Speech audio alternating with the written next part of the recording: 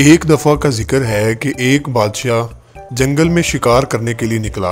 शिकार के दौरान बादशाह अपने सिपाहियों से बिछड़ गया। अलबत्ता सिपा सलार उसके साथ था। वो जंगल में भटक कर वापसी का रास्ता भूल गए। परेशानी उनके चेहरों पर नजर आने लगी। अभी थोड़ी ही देर गुजरी थी कि अचानक सिपा सलार चीखा, बादशाह सलामत, वो देखें, एक झोंपड़ी नजर आ रही है। वहाँ चलते हैं, यकीनन हमें वहाँ से मदद जरूर मिलेगी। वो झोंपड़ी के करीब पहुंचे तो सिपा सलार ने आवाज लगाई, कोई है? थोड़ी देर में एक शख्स बाहर आया। बादशाह और सिपा सलार ने जैसे ही उस शख्स को देखा, हैरत के मारे दोनों की आंखें फटी की फटी रह गईं। वो शख्स हूबहू बादशाह का हमशक्ल था। दोनों हैरत से उसे देखते रहे।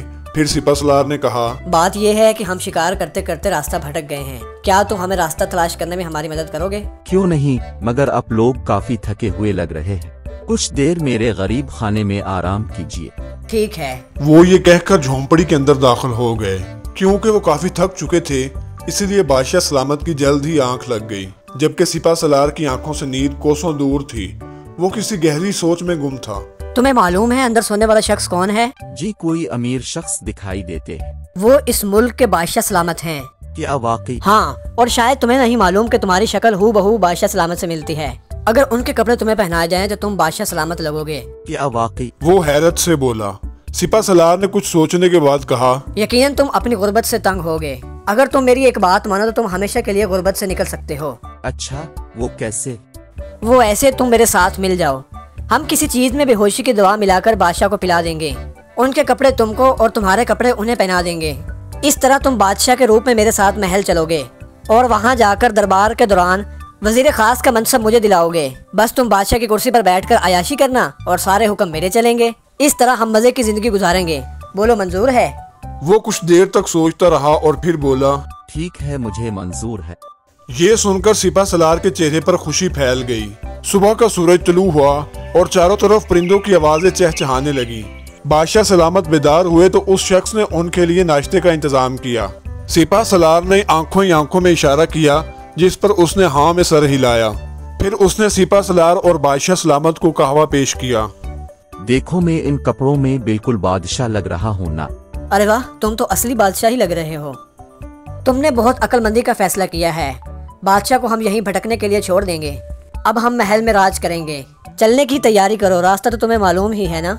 ये कहकर वो दोनों वहाँ से चल पड़े। महल पहुंचकर सिपा सलार ने उससे कहा, आज शाम को जब दरबार लगे तो तुम वजीर खास को उसके मनसब से हटाकर गिरफ्तारी का हुक्म दे दोगे और उसकी वजह ये बताओगे कि इसने आपकी गैर मौजूदगी में मुल्की निजाम को सही तौर पर नहीं संभाला, और फिर वजीर खास के मनसब के लिए मेरा नाम तजवीज करोगे।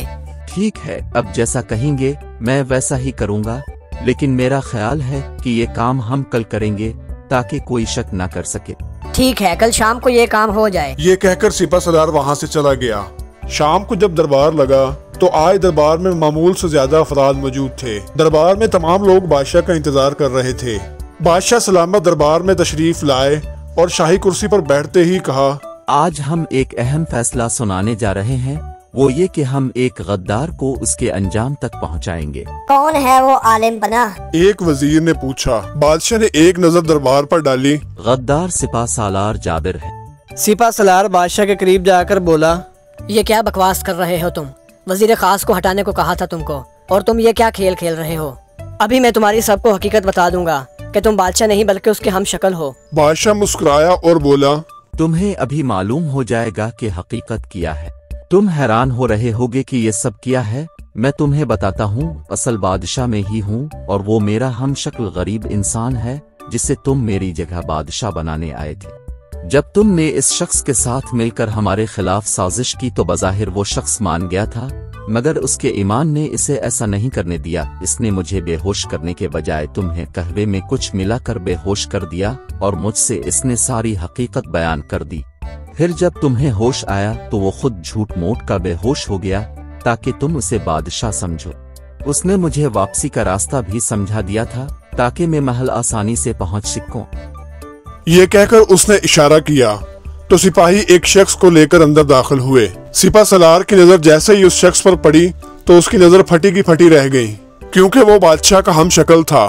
फिर बादशाह अपने हम शक्ल से मुखातब हुए, इन एक इंसान, क्या तुम बताना पसंद करोगे कि तुम सिपा सालार के साथ मिलकर बादशाह बनकर आराम की जिंदगी गुजार सकते थे? फिर तुम्हारा इरादा कैसे बदल गया? दरअसल हुजूर वाला, ईमान से बढ़कर कोई दौलत नहीं होती। मैं अपनी मुख्तसर जिंदगी के लिए आखिरत खराब नहीं कर सकता, और वैसे भी जो आपको धोखा दे सकता है वो बाद में मुझे भी मरवा सकता था। और साथ ये कि बेईमानी के सोने के नवाले से ईमानदारी की एक वक्त की रोटी बेहतर है। ये कहकर वो खामोश हो गया। बादशाह सलामत बोले, ले जाओ इस सिपा सालार को और उसे जिंदान में डाल दिया जाए। सिपाही सिपा सालार को घसीटते हुए ले गए। बादशाह ने उस शख्स को इनामो कराम से नवाजा और हुक्म दिया कि इसके रहने के लिए एक घर का इंतजाम भी किया जाए और इसके साथ इसके ईमानदारी के नतीजे में माकूल माहाना वजीफा जारी कर दिया।